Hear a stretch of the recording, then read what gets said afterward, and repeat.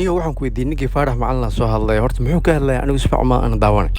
ma Faarax macalin miyaad ka hadlaysaa oo niyo ninkaas wuxuu doon iskaga hadlaa niyo ninka aan ku horeeray waaye waa ninka kaliya marna ku sheegay in Ethiopia-anka xun yihiin marna ku sheegay in Ethiopia lala kaashado dagaalka al-shabaab waa ninka kaliya iga yaabay walaalow soo ninkii lahaa soo ma ahayn xildhibaannimada Kenya ku biiraa lacag hal iyo arusho soo ninkii lahaa soo ma ahayn waxa kaaga daran wuxuu ahaa ninka kaliya ee dowladda Maxamed Cabdullaahi Farmaajo inta garab istaagay gabadhiisana loo shaqaaleysiiyey oo hadda waxa ay leedahay saaxiibo ninkan hadda dowladda Soomaaliya wuxuu ugu dhigay in gabadhiisa mar laba loo shaqaaleysiiyo raamiya ninku gabadhiisu miisan Kenyan ahayn isagu waa isaga laftigiisa gabadhiisa wax u raadinaya teeda kale gabadhiisa marka la kulanto xitaa sujuu ah kaama yeelayso wuxuu ku leedahay aniga Kenya dhalada ah laakiin waxaan isweydiiyay aniga ninkan sababtay culeyska ugu tahay in shabaab Soomaaliya laga xoreeyo taasaan anigu fahmi waayo soo lagama yaabo ninkan saaxiibo inay ka tahay macnaha arrinta qabyaalad kaba soo qaad saaxiibo ninka inay sheekada qabyaalad ka noqoto laakiin dadka lacagta u aruuriyo marka xildhibaanadu isku sharaxay garre iyo dagoodi ahaayeen iyaguna waa hawiye iyaguma doqoma markii ninku lacagta u aruurinaayeen oo kaara laakiin garro iyagu maxay qabtaan waddanka maxay ka dhex qabtaan horta niyo wax gooni ma qabtaan dadka masaakiinta iyo dad iska xamaasho dhididkooda oo xalaashadu ku cunaan dad wax bartay oo sida qayb ka shaqeysta waa iska xamaasho iska ganacsada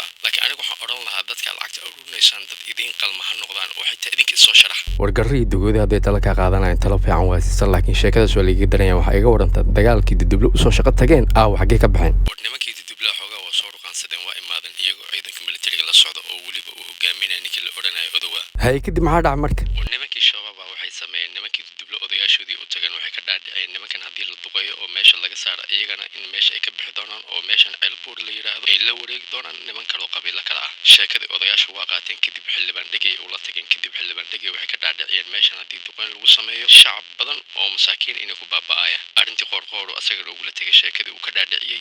qoorqoor waa iska laabtay inkastoo sheekada argixisada la dagaalayo uu ka cagajiiday haddana fursad fiican u ahayd waa iska laabtay ninka arrintii odawaa markii sheekada la isku qaban waayey hal la duqeeyo ma la duqeynayo kadib odawaa isuu iska laabtay go'aankiisu qaatay madaxweynaha dalka Soomaaliya hadda sheekada wuxuu kusoo gabagabeeyay in sheekada ciidamada militariga kaliya farax looga qaado wax kalaba iyaga iyo militariga iyo dowladda ay qusayso qof siyaasi sheekadan qusay warniyo hadalka aad baa u fahmay laakiin su'aal kale muhiim aan qabaa nimankii abgaalan iyo qaybo ka mid ah waa shireen lafi ugu waaweynaa abgaal dagaal ay iclaamiyeen nimanka xawaadle waa niman muuqday waa niman soo muuqda waa niman sacab lagu qarin karin waa niman meesha ay galaan ka soo muuqda nimankaas niyo innaba caadi maaha war nimanka xawaadle libantooda waa muuqataa aniga niman xawaadle kuma weydiin nimankii abgaala shiray ayaan ku weydiiyey war iga sii nimankaas warniyo qadkana aad ugu xun yahay martina oo ii ballansantahay saaxiibo marti qaaliya maanta ballan la leeyahay saaxiibo aniga iyo casuuman aan kugu socoliya saaxiib caawa marka qadka si fiican igu soo laabtaan kugu socolinayaa halo halo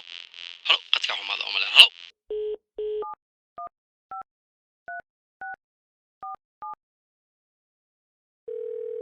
taleefankaad waxda goobta adeegu ka maqan yahay hadday su'aashaad abgaal ku salaysan tahay riix 7 si su'aashaada gadaal looga soo jawaabo